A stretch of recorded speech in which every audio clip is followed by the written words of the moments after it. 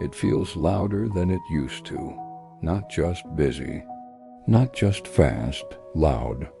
Before your feet even touch the floor, the world is already moving inside your hands. You open your phone. Within seconds, you've seen a market drop, a political argument, a natural disaster, a viral outrage, an economic prediction, and someone confidently explaining what all of it means. And it hasn't even been 5 minutes. You haven't spoken to anyone. You haven't stepped outside. You haven't fully woken up. But your nervous system is already activated. Your heart rate is slightly elevated. Your attention is sharpened. Your body is alert. And nothing has actually happened to you. That's new. The world didn't just become accessible. It became immediate and constant. For most of human history, your awareness was local. If something was wrong, it was near you. A storm forming above your shelter. A food shortage in your community. A visible threat approaching your territory. Your nervous system evolved for that scale. Immediate, physical, actionable. If danger appeared, you could respond. You could gather food, move locations, prepare tools, protect your family. There was a direct relationship between awareness and action. If you knew something, you could do something. But today, you wake up and process global instability in real time. Wars unfolding on another continent. Economic shifts in markets you don't control. Political decisions made by leaders you've never met. Environmental crises accelerating far beyond your reach.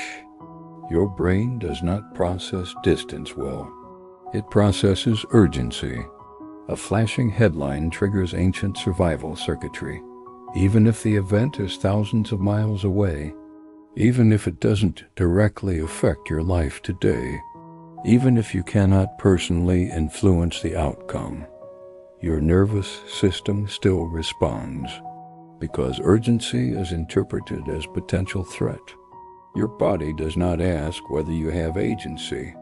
It reacts to intensity, and modern media is built on intensity. Now add volume.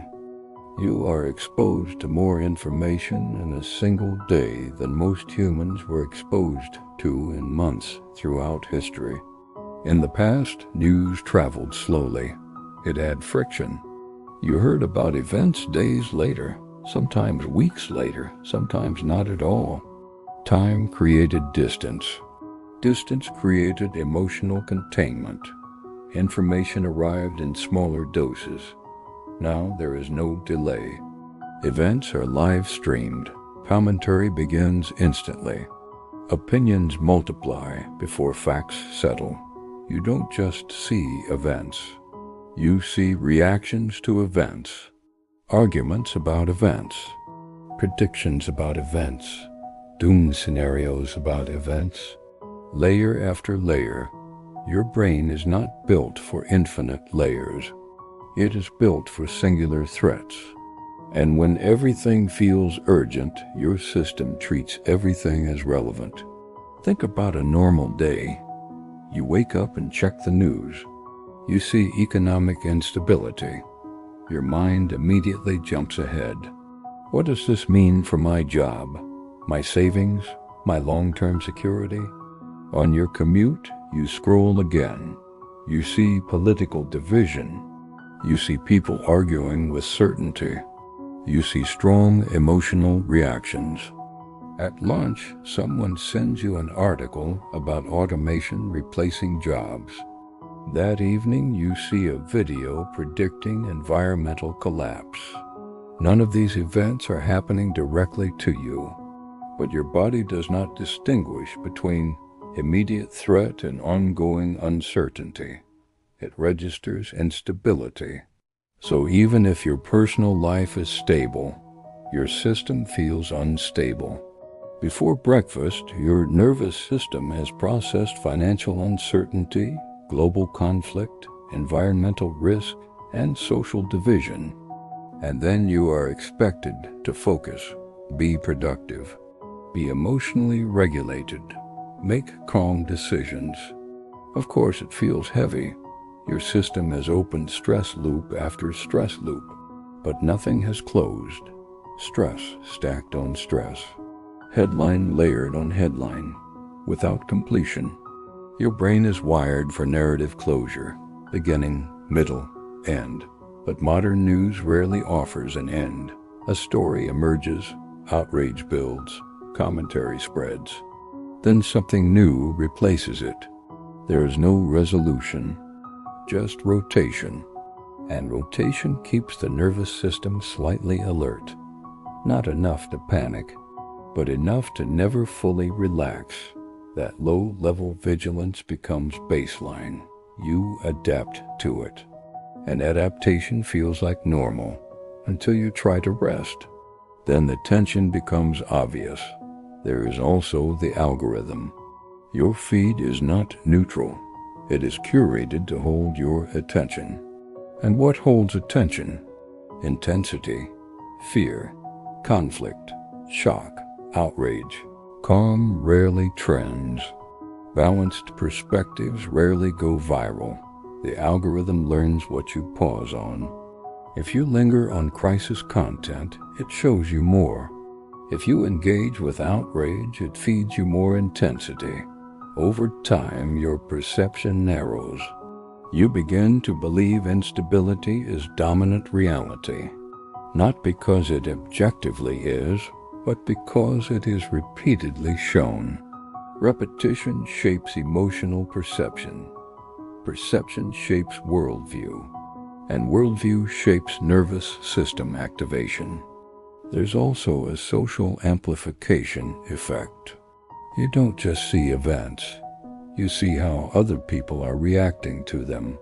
Some are terrified, some are outraged, some are certain collapse is imminent. Emotion spreads socially. When you see strong reactions repeatedly, your baseline adjusts. You begin to calibrate your emotional response to match the perceived urgency. And urgency becomes normal, but urgency was never meant to be constant. Urgency was meant to be temporary, followed by recovery. Recovery is disappearing. There's also a moral belief we've absorbed. That constant awareness equals responsibility. If I don't stay informed, I'm ignorant. If I don't engage, I don't care. If I disconnect, I'm avoiding reality. But awareness without agency creates helplessness. You witness, but you cannot intervene. You know, but you cannot resolve. That gap between awareness and control creates psychological friction. And friction feels like anxiety, but often it's powerlessness. You are absorbing global instability without possessing global control. That mismatch is exhausting. You may notice subtle changes in yourself. You are more irritable, more fatigued, more distracted, more reactive. Small problems feel bigger. Minor setbacks feel heavier. It's not weakness, it's cumulative stimulation. Your baseline nervous system activation is higher than it used to be. When baseline activation is high, tolerance shrinks. You have less margin, less buffer, less spaciousness. And because the feed never signals safety, your system rarely fully resets. There is always another update, another alert. Another notification. Even silence feels temporary. Your brain anticipates interruption. Anticipation itself becomes stress. History has always been turbulent. Wars existed before smartphones. Economic crashes existed before apps. Political division existed before social platforms. The difference now is proximity and repetition. Instability is visible constantly. Your nervous system evolved for occasional threat, not perpetual exposure. We expanded awareness faster than we expanded regulation. That biological lag is the hidden cost of modern life. Season 1 was never about denying reality. It was about boundaries. You can reintroduce friction into your day, scheduled news windows, no headlines before sleep, intentional limits on scrolling, choosing long-form analysis over reactive clips, not as denial, as regulation. You are allowed to choose when you engage. You are allowed to choose how much you absorb.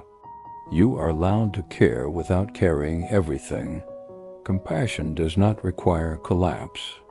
Awareness does not require constant alertness. Boundaries are not ignorance. They are nervous system protection. The world will continue to move quickly. Technology will continue to accelerate exposure. Information will not slow down, so the responsibility shifts inward. Not to fix the world, but to regulate your relationship with it. You cannot control global instability, but you can control the volume at which it enters your nervous system. Maybe nothing is wrong with you. Maybe your system is responding normally to abnormal levels of input. Maybe the world isn't heavier. Maybe it's just louder. And maybe the solution isn't to disconnect from reality. Maybe it's to create boundaries with it. Maybe it's time to shift the story.